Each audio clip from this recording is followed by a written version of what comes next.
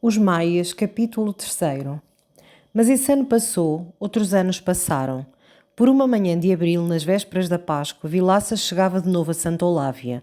Não o esperavam tão cedo, e como era o primeiro dia bonito dessa primavera chuvosa, os senhores andavam para a quinta. O mordomo, o Teixeira, que ia já embranquecendo, mostrou-se todo satisfeito de ver o senhor administrador, com quem às vezes se correspondia, e conduziu-o à sala de jantar, onde a velha governanta, a Gertrudes, tomada de surpresa, deixou cair uma pilha de guardanapos para lhe saltar ao pescoço. As 3 portas envidraçadas estavam abertas para o terraço que se estendia ao sol com a sua balaustrada de mármore coberta de trepadeiras, e Vilaça, adiantando-se para os degraus que desciam ao jardim, mal pôde reconhecer Afonso da Maia naquele velho de barba de neve, mas tão robusto e corado, que vinha subindo a rua de Romanzeiras com o seu neto pela mão. Carlos, ao avistar no terraço um desconhecido de chapéu alto, abafado num cachenê de pelúcia, correu a mirá-lo curioso. E achou-se arrebatado nos braços do bom Vilaça, que largara ao guarda-sol, o beijava pelo cabelo, pela face, balbuciando: "Oh, meu menino, meu querido menino, que lindo que está, que crescido que está!" "Então, sem avisar, Vilaça!" exclamava Afonso da Maia, chegando de braços abertos. "Nós só o esperávamos para a semana, criatura." Os dois velhos abraçaram-se. Depois, um momento, os seus olhos encontraram-se, vivos e úmidos, e tornaram a apertar-se comovidos. Carlos ao lado, muito sério, todo esbelto, com as mãos enterradas nos bolsos das suas largas bragas de flanela branca, o casquete da mesma flanela posto de lado sobre os belos anéis do cabelo negro, continuava a mirar o Vilaça, que com o beiço trêmulo, tendo tirado a luva, limpava os olhos por baixo dos óculos. "E ninguém a esperá-lo, nem um criado lá embaixo no rio", dizia Afonso. "Enfim, cá o temos, é o essencial. E como você está a rir, Vilaça?" "E Vossa Excelência, meu senhor?" balbuciou o administrador, engolindo um soluço. "Nem uma ruga. Branco, sim, mas uma cara de moço eu nem o conhecia. Quando me lembro a última vez que o vi, e cá isto, cá esta linda flor." Ia abraçar Carlos outra vez entusiasmado, mas o rapaz fugiu-lhe com uma bela risada, saltou do terraço, foi pendurar-se de um trapézio armado entre as árvores e ficou lá, balançando sem cadência, forte e airoso, gritando: "Tu és o Vilaça!" O Vilaça, de guarda-sol debaixo do braço, contemplava-o embevecido. "Está uma linda criança, faz gosto, e parece-se com o pai. Os mesmos olhos, olhos dos maias, o cabelo encaracolado, mas há de ser muito mais homem." "É são, é rijo", dizia o velho risonho, anedeando as barbas. "E como ficou o seu rapaz, o Manuel? Quando é esse casamento? Venha você cá para dentro, Vilaça, que há muito que conversar." Tinham entrado na sala de jantar, onde um lume de lenha na chaminé de azulejos esmorecia na fina e larga luz de abril. Porcelanas e pratas resplandeciam nos aparadores de pau santo. Os canários pareciam doidos de alegria. A Gertrudes, que ficara a observar, acercou-se com as mãos cruzadas sob o avental branco, familiar, terna. "Então, meu senhor, aqui está um regalo ver outra vez este ingrato em Santa Olávia." E com um clarão de simpatia na face, alva e redonda como uma velha lua, ornada já de um buço branco. "Ah, senhor Vilaça, isto agora é outra coisa. Até os canários cantam. E também eu cantava, se ainda pudesse." E foi saindo, subitamente comovida, já com vontade de chorar. O Teixeira esperava, com um riso superior e mudo, que lhe ia de uma à outra ponta dos seus altos colarinhos de mordomo. "Eu creio que prepararam o quarto azul ao senhor Vilaça, hã?" disse Afonso. "No quarto em que você costumava ficar, dorme agora a Viscondessa." Então o Vilaça apressou-se a perguntar pela senhora Viscondessa. Era uma runa, uma prima da mulher de Afonso, que no tempo em que os poetas de Caminha a cantavam, casara com um fidalgote galego, o senhor Visconde de Uribe de la Sierra, um borracho, um brutal que lhe batia. Depois, viúva e pobre, Afonso recolhera-a por dever de parentela e para haver uma senhora em Santa Olávia. Ultimamente passara mal, mas olhando o relógio, Afonso interrompeu a relação desses achaques. "Vilaça, vá-se arranjar depressa, que daqui a pouco é o jantar." O administrador, surpreendido, olhou também o relógio, depois a mesa já posta, os 6 talheres, o cesto das flores, as garrafas de porto. "Então Vossa Excelência agora janta de manhã? Eu pensei que era o almoço." "Eu lhe digo, o Carlos necessita ter um regime. De madrugada está já na quinta, almoça às 7 e janta à 1 hora. E eu, enfim, para vigiar as maneiras do rapaz." E o senhor Afonso da Maia, exclamou Vilaça, a mudar de hábitos nessa idade? O que é ser avô, meu senhor?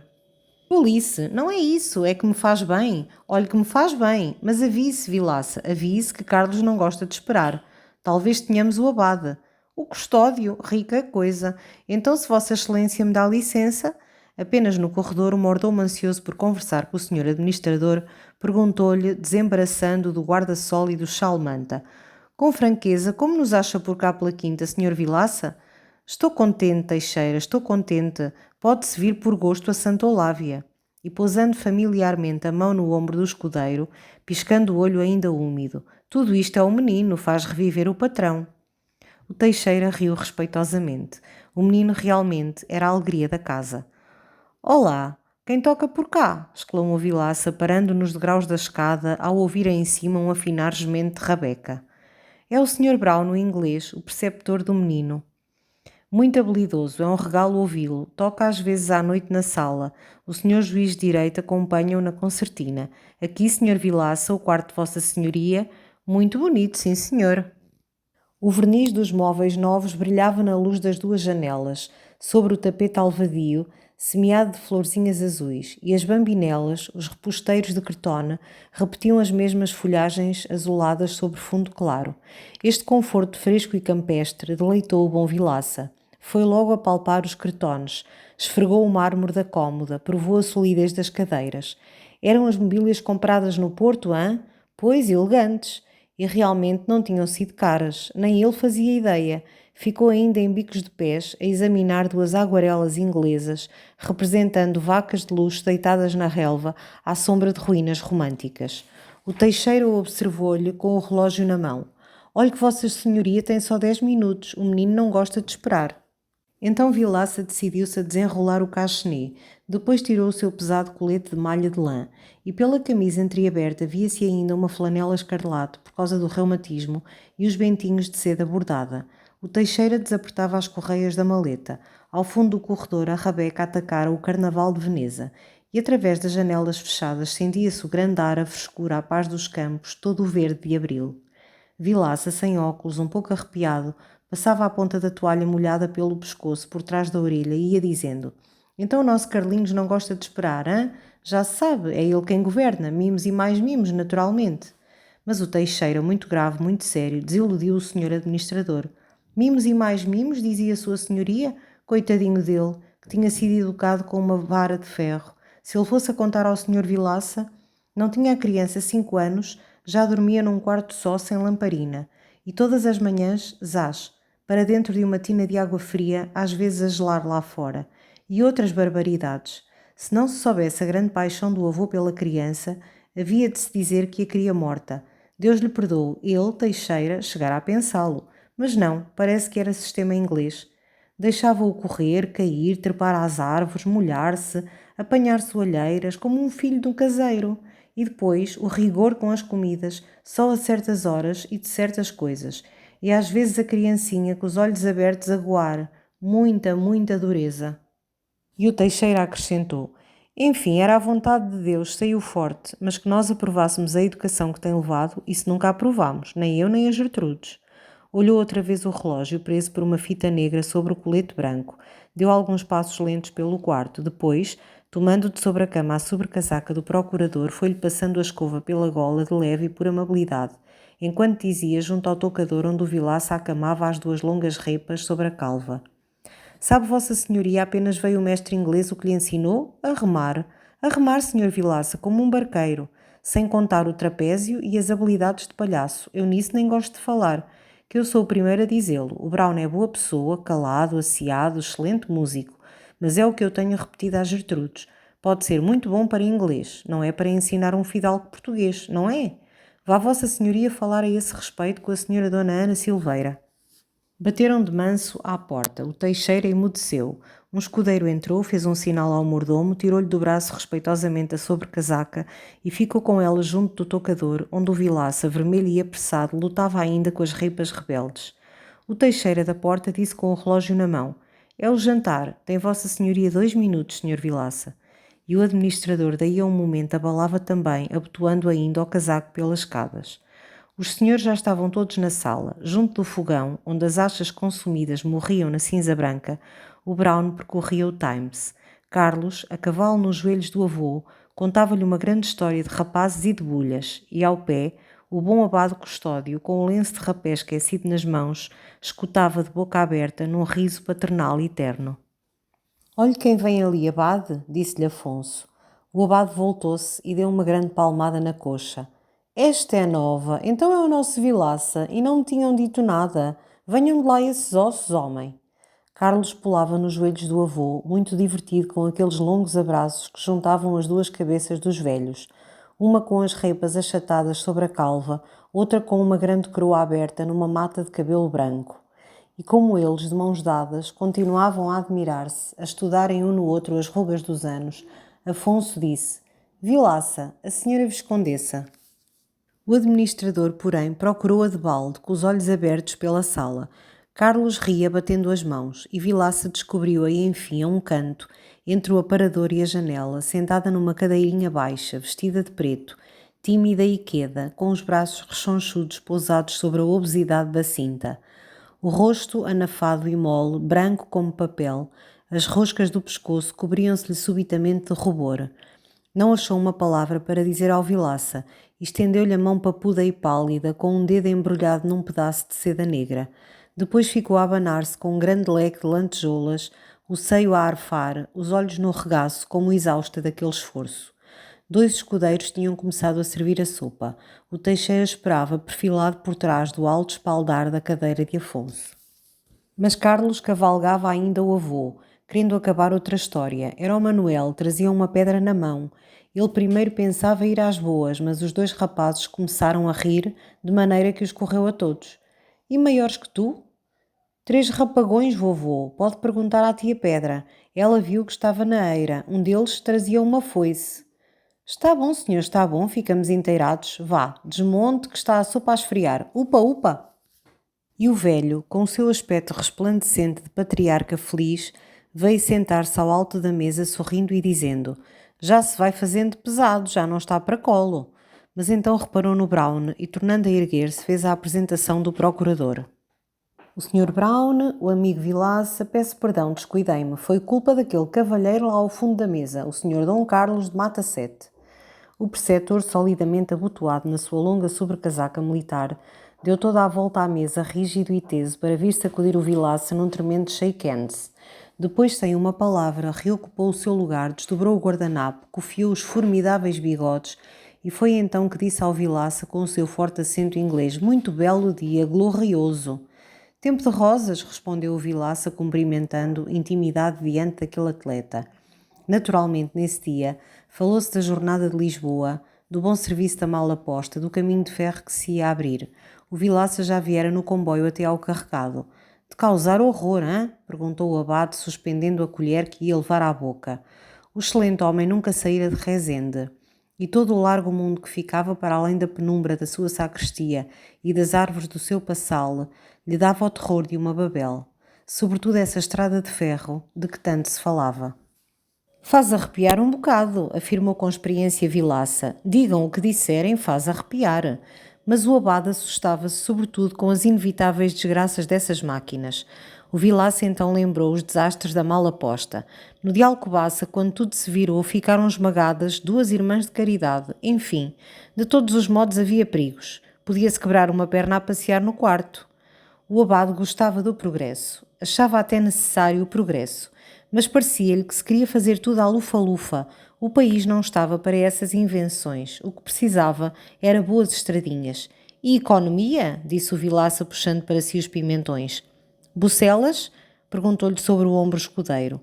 O administrador ergueu o copo, depois de cheio, admirou-lhe à luz a cor rica, provou-o com a ponta do lábio e piscando o olho para Afonso. É do nosso. Do velho, disse Afonso. Pergunta ao Brown, Brown? Um bom néctar? Magnificente! Exclamou o preceptor com uma energia fogosa. Então Carlos, estendendo o braço por cima da mesa, reclamava também bucelas. E a sua razão era haver festa por ter chegado o Vilaça. O avô não consentiu. O menino teria o seu cálice de colares, como de costume, e um só. Carlos cruzou os braços sobre o guardanapo que lhe pendia do pescoço, espantado de tanta injustiça. Então nem para festejar o Vilaça poderia apanhar uma gotinha de bucelas? Aí estava uma linda maneira de receber os hóspedes na quinta. As Gertrudes disseram-lhe que, como viera o senhor administrador, havia de pôr à noite para o chá o fato novo de veludo. Agora observavam-lhe que não era festa, nem caso para bucelas, então não entendia. O avô que lhe bebia as palavras enlevado fez subitamente um carão severo. Parece-me que o senhor está palrando demais. As pessoas grandes é que palram à mesa. Carlos recolheu-se logo ao seu prato, murmurando muito mansamente. Está bem, vovô, não te zangues. Esperarei para quando for grande. Houve um sorriso em volta da mesa. A própria viscondessa, deleitada, agitou preguiçosamente o leque. O abade, com a sua boa face banhada em êxtase para o menino, apertava as mãos cabeludas contra o peito. Tanto aquilo lhe parecia engraçado, e Afonso tossia por trás do guardanapo, como limpando as barbas, a esconder o riso, a admiração que lhe brilhava nos olhos. Tanta vivacidade surpreendeu também Vilaça. Quis ouvir mais o menino e, pousando o seu talher, e diga-me, Carlinhos, já vai adiantado nos seus estudos? O rapaz, sem o olhar, repoltreou-se, mergulhou as mãos pelos cós das flanelas e respondeu com um tom superior. Já faço ladear a Brígida. Então o avô, sem se conter, largou a rir, caído para o espaldar da cadeira. Essa é boa, já faz ladear a Brígida. E é verdade, Vilaça, já a faz ladear. Pergunta ao Brown, não é verdade, Brown? E a éguazita é uma piorrita, mas fina. Oh vovô, gritou Carlos já excitado. Diz ao Vilaça, anda, não é verdade que eu era capaz de governar o Doccart? Afonso reassumiu um ar severo. Não o nego, talvez o governasse, se lhe o consentissem, mas faça-me o favor de se não gabar das suas façanhas, porque um bom cavaleiro deve ser modesto e, sobretudo, não enterrar assim as mãos pela barriga abaixo. O bom Vilaça, no entanto, dando estalinhos aos dedos, preparava uma observação. Não se podia, de certo, ter melhor prenda que montar a cavalo com as regras, mas ele queria dizer se o Carlinho já entrava com o seu Fedro, o seu Tito Liviozinho. Vilaça, Vilaça, advertiu o abade, de garfo no ar e um sorriso de santa malícia. Não se deve falar em latim aqui ao nosso pobre amigo.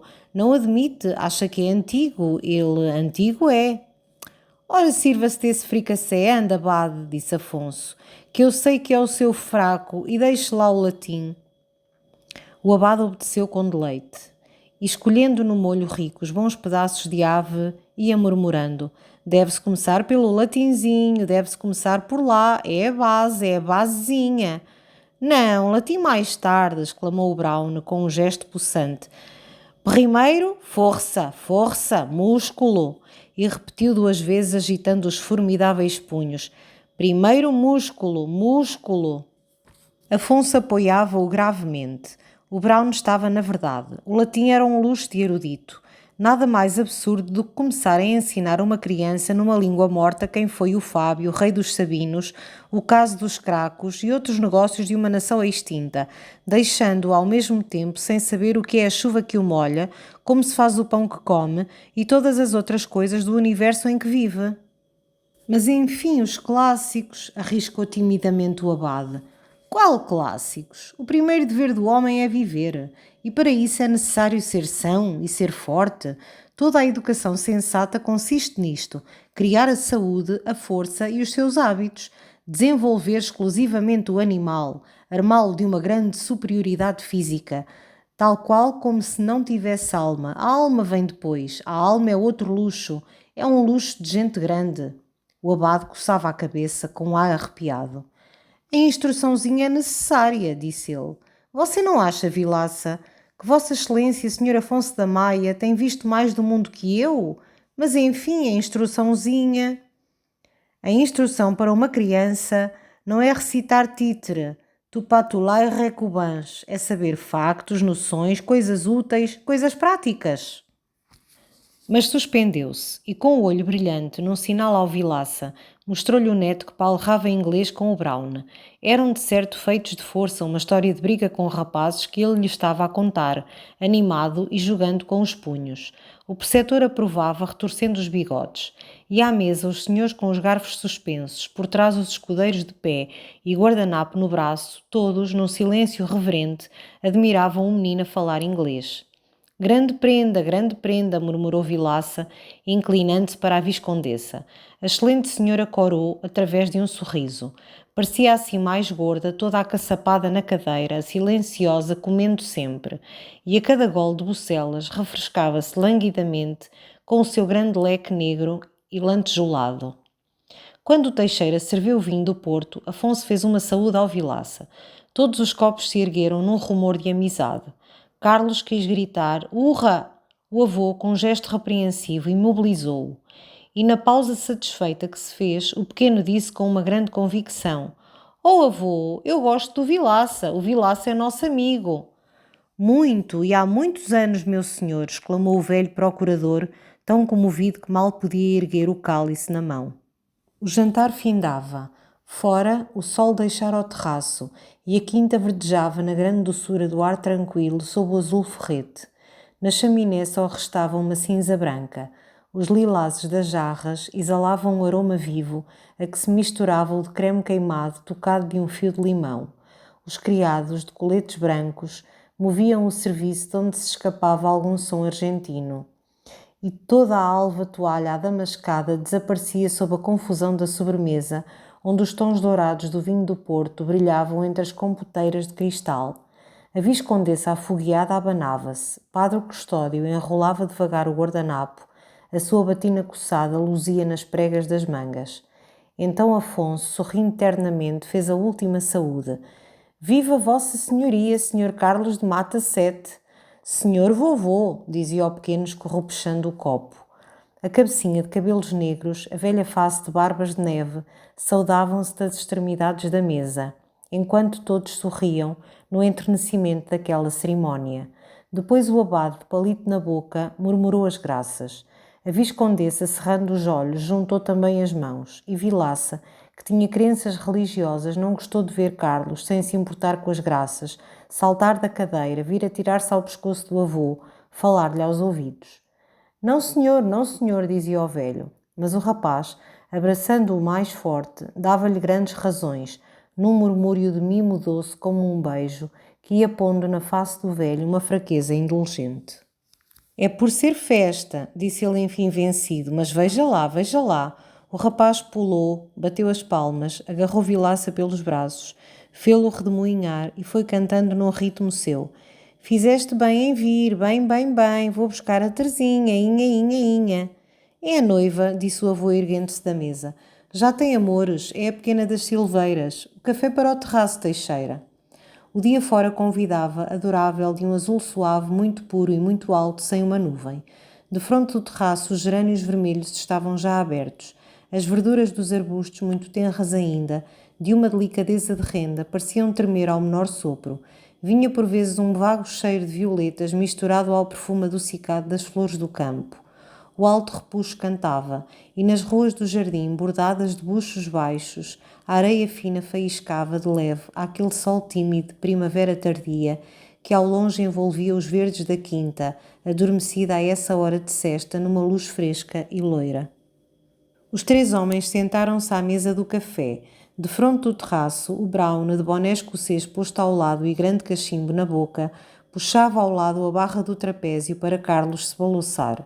Então o bom Vilaça pediu para voltar as costas. Não gostava de ver ginásticas. Bem sabia que não havia perigo, mas mesmo nos cavalinhos, as cabriolas, os arcos atordoavam-no. Saía sempre com o estômago embrulhado. "E parece-me imprudente sobre o jantar." "Qual? É só balouçar-se. Olhe para aquilo." Mas Vilaça não se moveu com a face sobre a chávena. O abade, esse, admirava, de lábios entreabertos e o pires cheio de café esquecido na mão. "Olhe para aquilo, Vilaça", repetiu Afonso. "Não lhe faz mal, homem." O bom Vilaça voltou-se com esforço.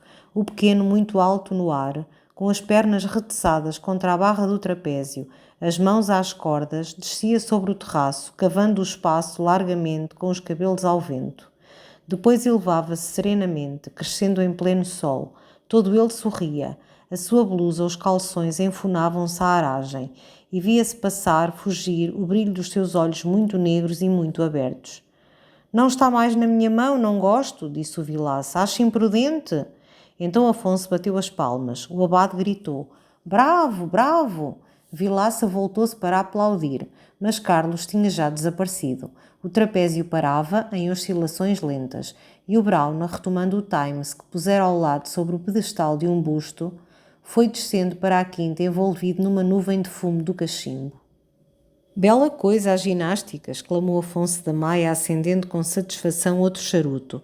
Vilaça já ouvira que enfraquecia muito o peito, e o abade, depois de dar um sorvo ao café, de lamber os beiços, soltou a sua bela frase arranjada em máxima. Esta educação faz atletas, mas não faz cristãos. Já o tenho dito.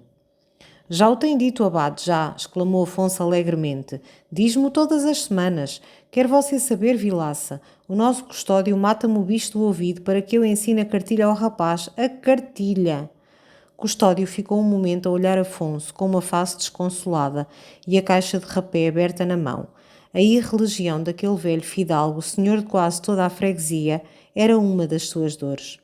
A cartilha sim, meu senhor, ainda que Vossa Excelência o diga assim com esse modo escarnica. A cartilha. Mas já não quero falar da cartilha. Há outras coisas. E se o digo tantas vezes, senhor Afonso da Maia, é pelo amor que tenho ao menino. E recomeçou a discussão, que voltava sempre ao café quando Custódio jantava na quinta. O bom homem achava horroroso que naquela idade um tão lindo moço, herdeiro de uma casa tão grande, com futuras responsabilidades na sociedade, não soubesse a sua doutrina, e narrou logo ao Vilaça a história de Dona Cecília Macedo, esta virtuosa senhora, mulher do escrivão, tendo passado diante do portão da quinta, avistar ao Carlinhos, chamara-o, carinhosa e amiga de crianças como era, e pedira-lhe que lhe dissesse o ato de contrição, e que respondeu o menino, que nunca em tal ouvira falar. Estas coisas entristeciam, e o senhor Afonso da Maia achava-lhe graça, ria-se. Ora, ali estava o amigo Vilaça, que podia dizer se era caso para jubilar. Não, o senhor Afonso da Maia tinha muito saber e correra muito mundo, mas de uma coisa não o podia convencer. A ele, pobre padre, que nem mesmo o Porto vira ainda, é que houvesse felicidade e bom comportamento na vida sem a moral do catecismo. E Afonso da Maia respondia com bom humor. Então que lhe ensinava você, abade, se eu lhe entregasse o rapaz, que se não deve roubar o dinheiro das algibeiras, nem mentir, nem maltratar os inferiores, porque isso é contra os mandamentos da lei de Deus e leva ao inferno, hein? É isso? Há mais alguma coisa. Bem sei, mas tudo isso que você lhe ensinaria que se não deve fazer, por ser um pecado que ofende a Deus, já ele sabe que se não deve praticar, porque é indigno de um cavalheiro e de um homem de bem. Mas, meu senhor, ouça, abade, toda a diferença é essa. Eu quero que o rapaz seja virtuoso por amor da virtude e honrado por amor da honra, mas não por medo às caldeiras de beber botelho, nem com o engodo de ir para o reino do céu. E acrescentou, erguendo-se e sorrindo. Mas o verdadeiro dever de homem de bem, abade, é quando vem, depois de semanas de chuva, um dia destes, ir a respirar pelos campos e não estar aqui a discutir moral. Portanto, arriba, e se o Vilaça não está muito cansado, vamos dar aí um giro pelas fazendas. O abade suspirou como um santo que vê a negra impiedade dos tempos de Belzebu arrebatando as melhores rezes do rebanho. Depois olhou a chávena e sorveu com delícias o resto do seu café. Quando Afonso da Maia, Vilaça e o abade recolheram do seu passeio pela freguesia, escurecera, havia luzes pelas salas e tinham chegado já as Silveiras, senhoras ricas da quinta da Lagoaça. Dona Ana Silveira, a solteira e mais velha, passava pela talentosa da família e era em pontos de doutrina e de etiqueta uma grande autoridade em Rezende. A viúva Dona Eugénia limitava-se a ser uma excelente e pachorrenta senhora, de agradável nutrição, trigueirota e pestanuda. Tinha 2 filhos, a Teresinha, a noiva de Carlos, uma rapariguinha magra e viva com cabelos negros como tinta, e o morgadinho Eusébiozinho, uma maravilha muito falada naqueles sítios. Quase desde o berço, este notável menino revelara um edificante amor por alfarrábios e por todas as coisas do saber. Ainda gatinhava e já a sua alegria era estar a um canto, sobre uma esteira, embrulhado num cobertor, folheando infólios, com o crâniozinho calvo de sábio curvado sobre as letras garrafais da boa doutrina. E depois de crescidinho tinha tal propósito que permanecia horas imóvel numa cadeira, de perninhas bambas, esfuracando o nariz. Nunca apetecera um tambor ou uma arma, mas coziam-lhe cadernos de papel, onde o precoce letrado, entre o pasmo da mamãe e da titi, passava dias a traçar algarismos com a linguazinha de fora. Assim, na família tinha a sua carreira destinada. Era rico, havia de ser primeiro bacharel e depois desembargador. Quando vinha a Santa Olávia, a tia Anica instalava-o logo à mesa, ao pé do candeeiro, a admirar as pinturas de um enorme e rico volume, os costumes de todos os povos do universo. Já lá estava nessa noite, vestido como sempre de escocês, com o peleiro de flamejante xadrez vermelho e negro posto a tiracolo e preso ao ombro por uma dragona, para que conservasse o ar de nobre de um Stuart, de um valoroso cavaleiro de Walter Scott. Nunca lhe tirava o boné, onde se arqueava com heroísmo uma rutilante pena de galo.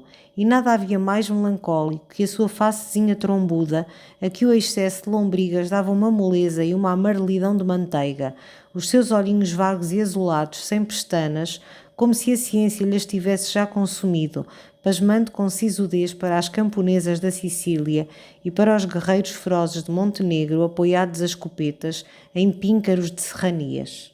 Diante do canapé das senhoras, lá se achava também o fiel amigo, o doutor delegado, grave e digno homem, que havia 5 anos andava ponderando e meditando o casamento com a Silveira viúva sem se decidir, contentando-se em comprar todos os anos meia dúzia de lençóis ou uma peça mais de Bretanha para arredondar o bragal. Estas compras eram discutidas em casa das Silveiras, à braseira, e as alusões recatadas, mas inevitáveis, às duas fronhazinhas, ao tamanho dos lençóis, aos cobertores de papa para os aconchegos de janeiro, em lugar de inflamar o magistrado, inquietavam-no. Nos dias seguintes aparecia preocupado, como se a perspectiva da santa consumação do matrimónio lhe desse o arrepio de uma façanha a empreender, o ter de agarrar um toiro ou nadar nos caixões do Douro. Então, por qualquer razão especiosa, adiava-se o casamento até ao São Miguel seguinte, e aliviado, tranquilo, o respeitável doutor continuava a acompanhar as Silveiras a chás, festas de igreja ou pêsames, vestido de preto, afável, serviçal, sorrindo a Dona Eugénia, não desejando mais prazeres que os dessa convivência paternal. Apenas Afonso entrou na sala, deram-lhe logo notícia do contratempo. O doutor juiz de direito e a senhora não podiam vir porque o magistrado tivera a dor e as Brancos tinham mandado recado a desculpar-se, coitadas que era dia de tristeza em casa por fazer 17 anos que morrera o Mano Manuel. Bem, disse Afonso, bem, a dor, a tristeza, o Mano Manuel, fazemos nós um voltaretezinho de 4? Que diz o nosso doutor delegado? O excelente homem dobrou a sua fronte calva, murmurando que estava às ordens. Então, ao dever, exclamou logo o abade, esfregando as mãos no ardor já da partida. Os parceiros dirigiram-se à saleta do jogo, que um reposteiro de damasco separava da sala, franzido agora, deixando ver a mesa verde e nos círculos de luz que caíam dos abajures os baralhos abertos em leque. Daí a um momento o doutor delegado voltou risonho, dizendo que os deixara para um roquezinho de 3, e retomou o seu lugar ao lado de Dona Eugénia, cruzando os pés debaixo da cadeira e as mãos em cima do ventre. As senhoras estavam falando da dor do doutor juiz de direito. Costumava dar-lhe todos os 3 meses, e era condenável a sua teima em não querer consultar médicos. Quanto mais que ele andava acabado, ressequido, amarelado, e a Dona Augusta, a mulher, a nutrir à larga, a ganhar cores.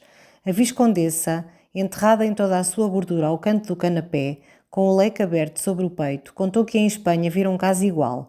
O homem chegara a parecer um esqueleto e a mulher uma pipa, e ao princípio fora ao contrário, até sobre isso se tinham feito uns versos. Humores, disse com melancolia o doutor delegado. Depois falou-se nas Brancos. Recordou-se a morte de Manuel Branco, coitadinho, na flor da idade, e que perfeição de rapaz, e que rapaz de juízo. Dona Ana Silveira não se esquecera, como todos os anos, de lhe acender uma lamparina por alma e de lhe rezar 3 Padre Nossos. A viscondessa pareceu toda aflita por se não ter lembrado, e ela que tinha o propósito feito.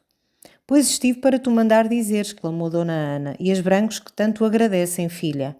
Ainda está a tempo, observou o magistrado.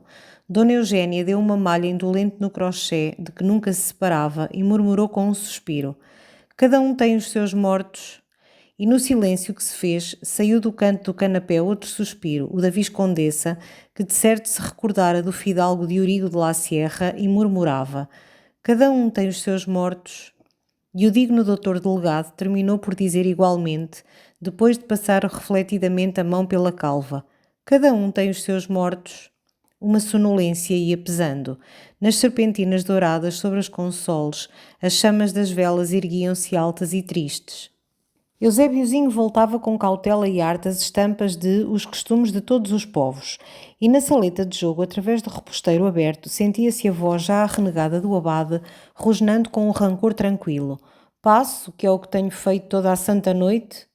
Nesse momento, Carlos arremetia pela sala dentro, arrastando a sua noiva, a Teresinha, toda no ar e vermelha de brincar. E logo a grulhada das suas vozes reanimou o canapé dormente. Os noivos tinham chegado de uma pitoresca e perigosa viagem e Carlos parecia descontente de sua mulher. Comportara-se de uma maneira atroz.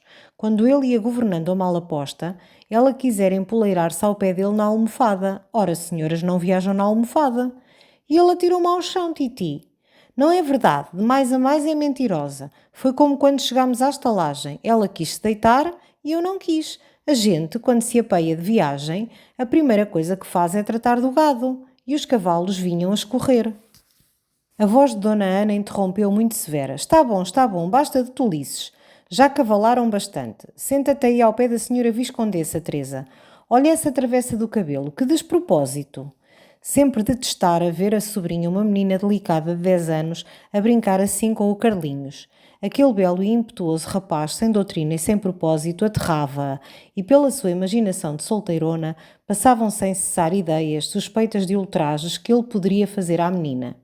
Em casa, ao agasalhá-la antes de vir para Santa Olávia, recomendava-lhe com força que não fosse com o Carlos para os recantos escuros, que o não deixasse mexer nos vestidos. A menina, que tinha os olhos muito langorosos, dizia sim, Titi, mas apenas na quinta gostava de abraçar o seu maridinho. Se eram casados, porque não haviam de fazer nené ou ter uma loja e ganharem a sua vida aos beijinhos. Mas o violento rapaz só queria guerras, 4 cadeiras lançadas a galope, viagens a terras de nomes bárbaros que o Brown lhe ensinava. Ela, despeitada, vendo o seu coração mal compreendido, chamava-lhe arrieiro. Ele ameaçava boxá-la à inglesa e separavam-se sempre a renegados. Mas quando ela se acomodou ao lado da Viscondessa, gravezinha e com as mãos no regaço, Carlos veio logo estirar-se ao pé dela, meio deitado para as costas do canapé, bamboleando as pernas. Vamos, filho, tem maneiras, rosnou-lhe muito seca Dona Ana. Estou cansado, governei 4 cavalos, replicou ele insolente e sem a olhar. De repente, porém, de um salto, precipitou-se sobre o Eusébiozinho. Queria-o levar à África, a combater os selvagens, e puxava-o já pelo seu belo peleio de cavaleiro da Escócia, quando a mamã acudiu aterrada. Não, com o Eusébiozinho não, filho, não tem saúde para essas cavaladas. Carlinhos, olhe que eu chamo o avô. Mas o Eusébiozinho, a um repelão mais forte, rolara no chão, soltando gritos medonhos. Foi um alvoroço, um levantamento. A mãe trêmula, agachada junto dele, punha-o de pé sobre as perninhas moles, limpando-lhe as grossas lágrimas, já com o lenço, já com beijos, quase a chorar também. O delegado, consternado, apanhara o boné escocês e cofiava melancolicamente a bela pena de galo, e a Viscondessa apertava às mãos ambas o enorme seio, como se as palpitações a sufocassem. O Eusébiozinho foi então preciosamente colocado ao lado da Titi, e a severa senhora, com um fulgor de cólera na face magra, apertando o leque fechado como uma arma, preparava-se a repelir o Carlinhos, que de mãos atrás das costas e aos pulos em roda do canapé, ria, arreganhando para o Eusébiozinho um lábio feroz. Mas nesse momento davam 9 horas, e a desempenada figura do Brown apareceu à porta. Apenas o avistou, Carlos correu a refugiar-se por detrás da Viscondessa, gritando: Ainda é muito cedo, Brown, hoje é festa, não me vou deitar. Então Afonso da Maia, que se não mover aos uivos lancinantes do Silveirinha, disse de dentro da mesa do voltarete com severidade: Carlos, tenha a bondade de marchar já para a cama. Oh vovô, é festa, que está cá o Vilaça! Afonso da Maia pousou as cartas, atravessou a sala sem uma palavra, agarrou o rapaz pelo braço e arrastou-o pelo corredor, enquanto ele, de calcanhares fincados no soalho, resistia, protestando com desespero. É festa, vovô, é uma maldade! O Vilaça pode-se escandalizar! Oh vovô, eu não tenho sono! Uma porta fechando-se abafou-lhe o clamor. As senhoras censuraram logo aquela rigidez. Aí estava uma coisa incompreensível. O avô deixava-lhe fazer todos os horrores e recusava-lhe então o bocadinho da soirée. Oh, senhor Afonso da Maia, por que não deixou estar a criança? É necessário método, balbuciou ele, entrando todo pálido do seu rigor. E à mesa do voltarete, apanhando as cartas com as mãos trêmulas, repetia ainda: é necessário método, crianças à noite dormem. Dona Ana Silveira, voltando-se para o Vilaça, que cedera o seu lugar ao doutor delegado e vinha palestrar com as senhoras, teve aquele sorriso mudo que lhe franzia os lábios sempre que Afonso da Maia falava em métodos. Depois, reclinando-se para as costas da cadeira e abrindo o leque, declarou a transbordar de ironia que, talvez por ter a inteligência curta, nunca compreendera a vantagem dos métodos. Era a inglesa, segundo diziam. Talvez provassem bem em Inglaterra, mas ou ela estava enganada ou Santa Olávia era no reino de Portugal. E como Vilaça inclinava timidamente a cabeça, com a sua pitada nos dedos, a esperta senhora, baixa para que Afonso dentro não ouvisse, desabafou. O senhor Vilaça naturalmente não sabia, mas aquela educação do Carlinhos nunca fora aprovada pelos amigos da casa. Já a presença do Brau, num herético, um protestante, como preceptor na família dos Maias, causara desgosto em Rezende, sobretudo quando o senhor Afonso tinha aquele santo do abade Custódio, tão estimado, homem de tanto saber. Não ensinaria à criança habilidades de acrobata, mas havia de lhe dar uma educação de fidalgo, prepará-lo para fazer boa figura em Coimbra. Nesse momento, o abade, suspeitando uma corrente de ar, erguera-se da mesa do jogo a fechar o reposteiro. Então, como Afonso já não podia ouvir, Dona Ana ergueu a voz. E olhe que o Custódio teve desgosto, senhor Vilaça, que o Carlinhos, coitadinho, nem uma palavra sabe de doutrina, sempre lhe quer contar o que sucedeu com a Macedo. Vilaça já sabia. Ah, já sabe. Lembras-te, Viscondessa, com a Macedo, do ato de contrição? A Viscondessa suspirou, erguendo um olhar mudo ao céu através do teto. Horroroso, continuou Dona Ana. A pobre mulher chegou lá à nossa casa embuchada e eu fez-me impressão, até sonhei com aquilo 3 noites a fio. Calou-se um momento. Vilaça, embaraçado, acanhado, fazia girar a caixa de rapé nos dedos, com os olhos postos no tapete. Outro langor de sonolência passou na sala. Dona Eugénia, com as pálpebras pesadas, fazia de vez em quando uma malha mole no crochê, e a noiva de Carlos, estirada para o canto do sofá, já dormia com a boquinha aberta, os seus lindos cabelos negros caindo-lhe pelo pescoço. Dona Ana, depois de bocejar de leve, retomou a sua ideia, sem contar que o pequeno está muito atrasado. A não ser um bocado de inglês, não sabe nada, não tem prenda nenhuma. Mas é muito esperto, minha rica senhora, acudiu Vilaça. É possível, respondeu secamente a indigente Silveira, e voltando-se para Eusébiozinho, que se conservava ao lado dela, quieto como se fosse de gesso, ó filho, diz tu aqui ao senhor Vilaça aqueles lindos versos que sabes, não sejas atado, anda, vai Eusébio, filho, ser bonito. Mas o menino, molengão e tristonho, não se descolava das saias da titi, teve ela de o pôr de pé, ampará-lo, para que o tenro prodígio não aluísse sobre as perninhas flácidas, e a mamã prometeu-lhe que, se dissesse os versinhos, dormia essa noite com ela. Isto decidiu, abriu a boca e, como de uma torneira laça, veio de lá escorrendo num fio de voz um recitativo lento e babujado. É noite, o astro saudoso rompe a custo um plúmbio céu, tolda-lhe o rosto formoso, alvacento o úmido véu.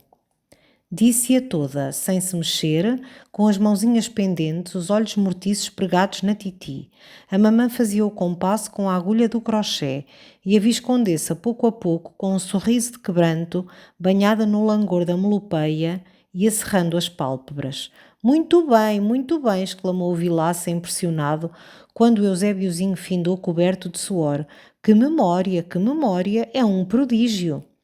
Os criados entravam com o chá. Os parceiros tinham findado a partida, e o bom Custódio, de pé, com a sua chávena na mão, queixava-se amargamente da maneira por que aqueles senhores o tinham esfolado. Como ao outro dia era domingo e havia missa cedo, as senhoras retiraram-se às 9h30. O serviçal doutor delegado dava o braço a Dona Eugénia. Um criado da quinta alumiava adiante com o lampião, e o moço das Silveiras levava ao colo o Eusébiozinho, que parecia um fardo escuro, abafado em mantas, com um chale amarrado na cabeça. Depois da ceia, Vilaça acompanhou ainda um momento Afonso da Maia à livraria, onde, antes de recolher, ele tomava sempre à inglesa o seu conhaque e soda. O aposento, a que as velhas estantes de pau preto davam um ar severo, estava adormecido tepidamente na penumbra suave, com as cortinas bem fechadas, um resto de lume na chaminé e o globo do candeeiro pondo a sua claridade serena na mesa coberta de livros. Embaixo, os repuxos cantavam alto no silêncio da noite. Enquanto o escudeiro rolava para o pé da poltrona de Afonso, numa mesa baixa, os cristais e as garrafas de soda, Vilaça, com as mãos nos bolsos, de pé e pensativo, olhava a brasa da acha que morria na cinza branca. Depois ergueu a cabeça para murmurar como ao acaso. Aquele rapazito é esperto. Quem? O Eusébiozinho? Disse Afonso, que se acomodava junto ao fogão, enchendo alegremente o cachimbo. Eu tremo de o ver cá, Vilaça. O Carlos não gosta dele e tivemos aí um desgosto horroroso. Foi já há meses. Havia uma procissão e o Eusébiozinho ia de anjo. As Silveiras, excelentes mulheres, coitadas, mandaram-no cá para o mostrar à Viscondessa já vestido de anjo.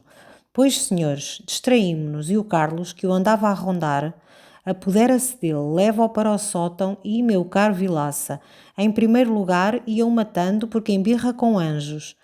Mas o pior não foi isso. Imagine você o nosso terror quando nos aparece o Eusébiozinho aos berros pela titi, todo desfrisado, sem uma asa, com a outra a bater-lhe nos calcanhares, dependurada de um barbante, a coroa de rosas enterrada até ao pescoço, e os galões de ouro, os tules, as lantejoulas, toda a vestimenta celeste em frangalhos. Enfim, um anjo depenado e sovado. Eu ia dando cabo do Carlos. Bebeu metade da sua soda e, passando a mão pelas barbas, acrescentou com uma satisfação profunda. É levado do diabo, Vilaça. O administrador, sentado agora à borda de uma cadeira, esboçou uma risadinha muda. Depois ficou calado, olhando Afonso, com as mãos nos joelhos, como esquecido e vago. E a abrir os lábios, hesitou ainda, tossiu de leve e continuou a seguir pensativamente as faíscas que erravam sobre as achas. Afonso da Maia, no entanto, com as pernas estiradas para o lume, recomeçara a falar do Silveirinha. Tinha 3 ou 4 meses mais que Carlos, mas estava enfesado, estiolado por uma educação à portuguesa. Daquela idade ainda dormia no choco com as criadas. Nunca o lavavam para o não constiparem. Andava coraçado de rolos de flanelas. Passava os dias nas saias da titi a decorar versos, páginas inteiras do Catecismo de Perseverança. Ele, por curiosidade, um dia abrira este livreco e vira lá que o sol é que anda em volta da terra, como antes de Galileu, e que Nosso Senhor todas as manhãs dá as ordens ao sol para onde há de ir e onde há de parar, etc, etc. E assim lhe estavam arranjando uma almazinha de bacharel. Vilaça teve outra risadinha silenciosa. Depois, como subitamente decidido, ergueu-se, fez estalar os dedos, disse estas palavras. Vossa Excelência sabe que apareceu a Monforte? Afonso, sem mover a cabeça, reclinado para as costas da poltrona, perguntou tranquilamente, envolvido no fumo do cachimbo. Em Lisboa? Não, senhor, em Paris. Viu-a lá o Alencar, esse rapaz que escreve e que era muito de arroios. Esteve até em casa dela. E ficaram calados. Havia anos que entre eles se não pronunciara o nome de Maria Monforte. Ao princípio, quando se retirara para Santa Olávia, a preocupação ardente de Afonso da Maia fora tirar-lhe a filha que ela levara. Mas a esse tempo ninguém sabia onde Maria se refugiara com o seu príncipe, nem pela influência das legações, nem pagando regiamente à polícia secreta de Paris, de Londres, de Madrid, se pôde descobrir a Toca da Fera, como dizia então o Vilaça. Ambos de certo tinham mudado de nome. E dadas essas naturezas boémias, quem sabe se não irrariam agora pela América, pela Índia, em regiões mais exóticas. Depois, pouco a pouco, Afonso da Maia, descoroçoado com aqueles esforços vãos, todo ocupado do neto que crescia belo e forte ao seu lado, no entrenecimento contínuo que ele lhe dava, foi esquecendo a Monforte e a sua outra neta, tão distante, tão vaga, a quem ignorava as feições, de quem mal sabia o nome. E agora, de repente, a Monforte aparecia outra vez em Paris e o seu pobre Pedro estava morto, e aquela criança que dormia ao fundo do corredor nunca vira sua mãe. Erguera-se, passeava na livraria, pesado e lento, com a cabeça baixa. Junto à mesa, ao pé do candeeiro, Vilaça ia percorrendo um a um os papéis da sua carteira. E está em Paris com o italiano? Perguntou Afonso do fundo sombrio do aposento. O Vilaça ergueu a cabeça de sobre a carteira e disse: Não, senhor, está com quem lhe paga. E como Afonso se aproximava da mesa sem uma palavra, Vilaça, dando-lhe um papel dobrado, acrescentou: Todas estas coisas são muito graves, Sr. Afonso da Maia, e eu não quis fiar-me só na minha memória. Por isso pedi ao Alencar, que é um excelente rapaz, que me escrevesse numa carta tudo o que me contou. Assim, temos um documento. Eu não sei mais do que está escrito. Pode Vossa Excelência ler. Afonso desdobrou as 2 folhas de papel. Era uma história simples que o Alencar, o poeta das vozes de Aurora, o estilista de Elvira, ornara de flores e de galões dourados como uma capela em dia de festa. Uma noite, ao sair da Maison d'Or, ele vira a Montfort saltar de um coupé com 2 homens de gravata branca. Tinham-se logo reconhecido e um momento ficaram hesitando, um defronte do outro, debaixo do candeeiro de gás no serrotoir. Foi ela que, muito decidida, rindo, estendeu a mão ao Alencar, pediu-lhe que a visitasse, deu-lhe a adresse, o nome porque devia perguntar, Madame de l'Estorade. E no seu boudoir, na manhã seguinte, a Montfort falou largamente de si. Vivera 3 anos em Viena da Áustria com Tancredo, e com o papá que se lhes fora reunir, e que lá continuava de certo como em arroios, refugiando-se pelos cantos das salas, pagando as toaletes da filha e dando palmadinhas ternas no ombro do amante como outrora no ombro do marido. Depois tinham estado em Mónaco, e aí, dizia ao Alencar, num drama sombrio de paixão que ela me fez entrever, o napolitano fora morto em duelo. O papá morrera também nesse ano, deixando apenas da sua fortuna uns magros contos de reis e a mobília da casa em Viena. O velho arruinara-se com o luxo da filha, com as viagens, com as perdas de Tancredo ao Bacará. Passarem então um tempo em Londres e daí viera habitar Paris com Mr. de l'Estorade, um jogador, um espadachim, que acabou de a arrasar e que a abandonou legando-lhe esse nome de l'Estorade, que lhe era a ele de hora em diante inútil porque passava a adotar outro mais sonoro de Vicomte de Mardarville. Enfim, pobre, formosa, doida, excessiva, lançara-se na existência daquelas mulheres de quem, dizia o Alencar, a pálida Margarida Gautier, a gentil dama das camélias, é o tipo sublime, o símbolo poético a quem muito será perdoado porque muito amaram.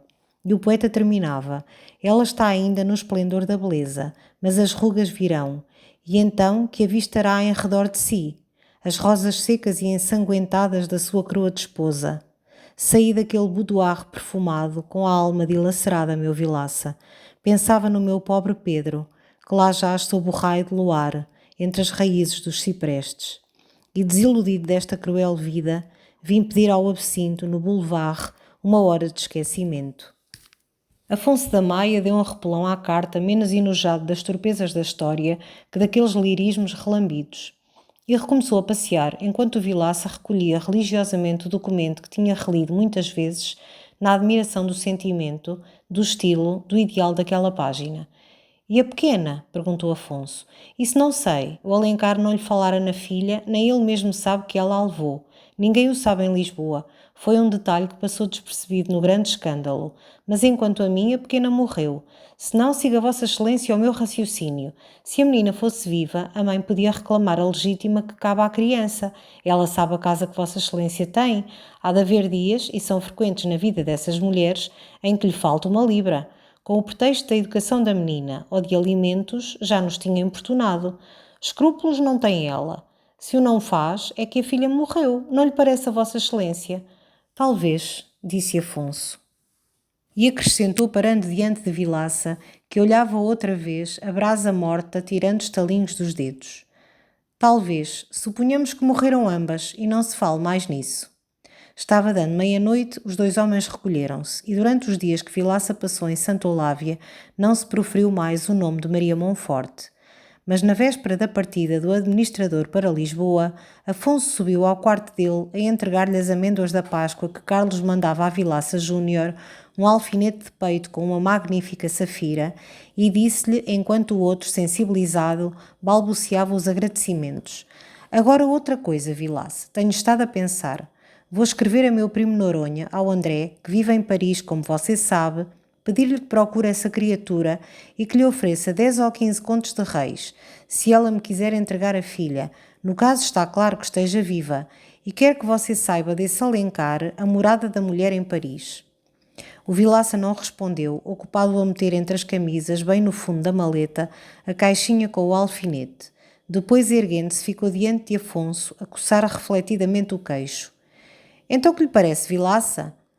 Parece-me arriscado.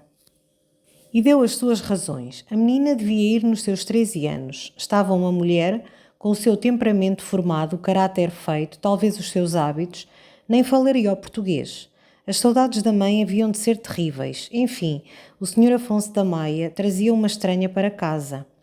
Você tem razão, Vilaça, mas a mulher é uma prostituta e a pequena é do meu sangue. Nesse momento, Carlos, cuja voz gritava no corredor pelo vovô, precipitou-se no quarto, esgadelhado, escarlate como uma romã. O Brown tinha achado uma corujazinha pequena. Queria que o vovô viesse ver. Andar a buscá-lo por toda a casa. Era de morrer a rir. Muito pequena, muito feia, toda pelada e com 2 olhos de gente grande. E sabiam onde havia o ninho. Vem depressa, ó vovô, depressa que é necessário ir pô-la no ninho, por causa da coruja velha que se pode afligir.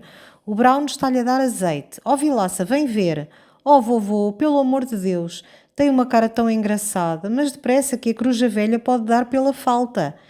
E impaciente com a lentidão risonha do vovô, tanta indiferença pela inquietação da coruja velha, abalou atirando com a porta.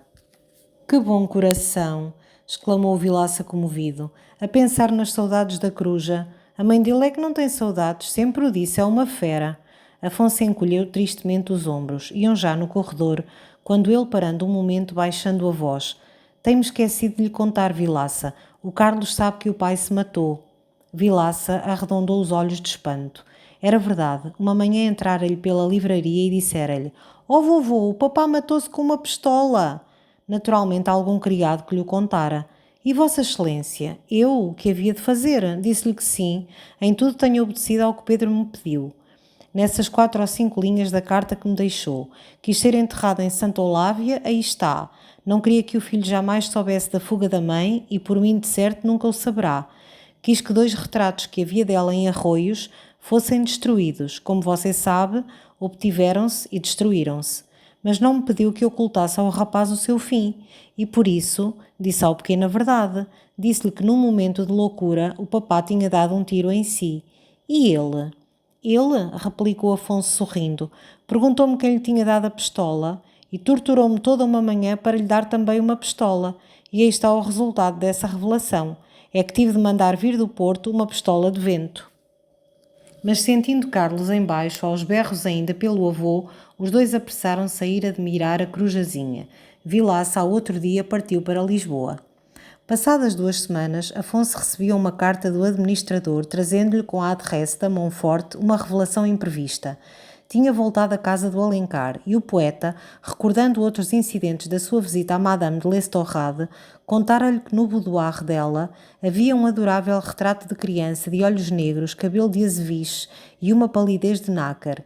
Esta pintura ferira-o não só por ser de um grande pintor inglês, mas por ter pendente sob o caixilho, como um voto funerário, uma linda coroa de flores de cera brancas e roxas.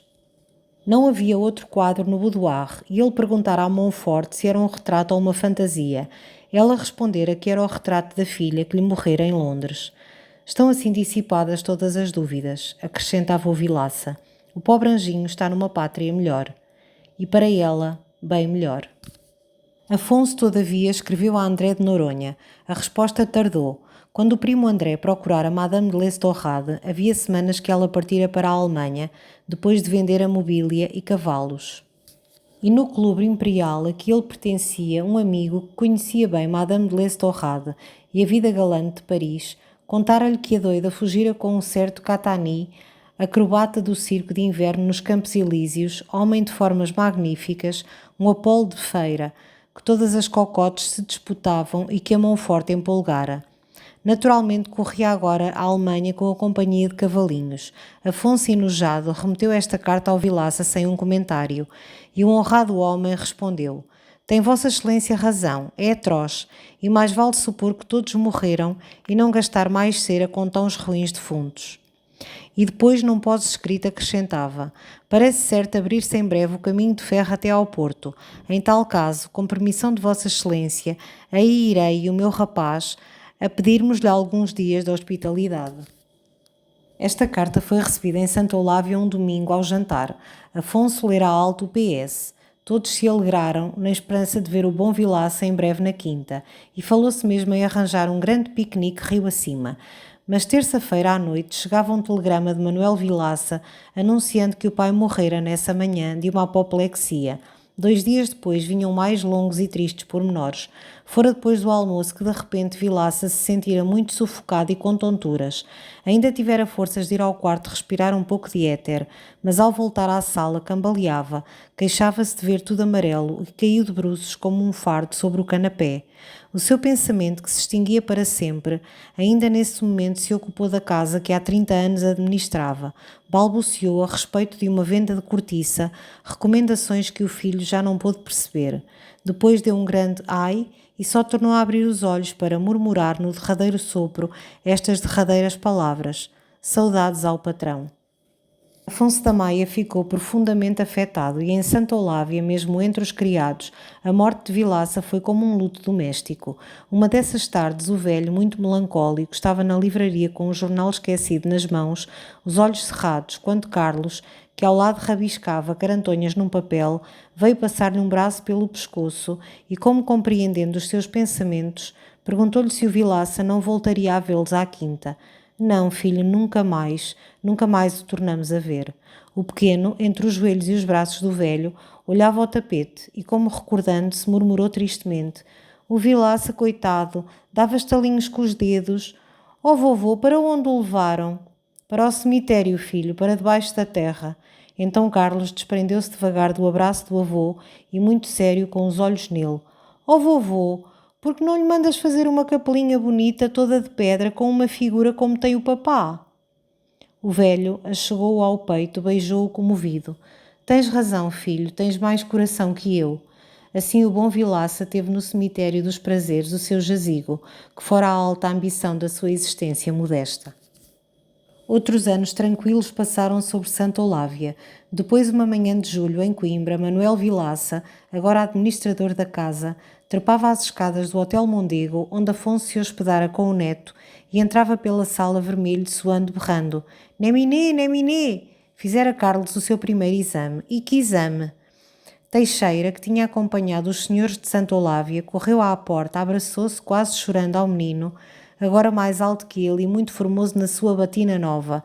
Em cima no quarto, Manuel Vilaça, soprando ainda, limpando as bagas de suor, exclamava: ficou tudo espantado, senhor Afonso da Maia. Os lentes até estavam comovidos. E Jesus, que talento! Vem a ser um grande homem. É o que todo o mundo disse. E que faculdade vai ele seguir, meu senhor?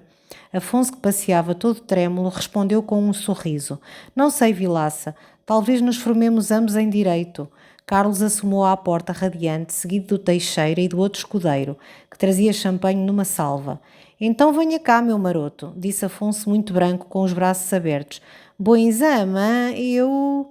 Mas não pôde prosseguir. As lágrimas, duas a duas, corriam-lhe pela barba branca.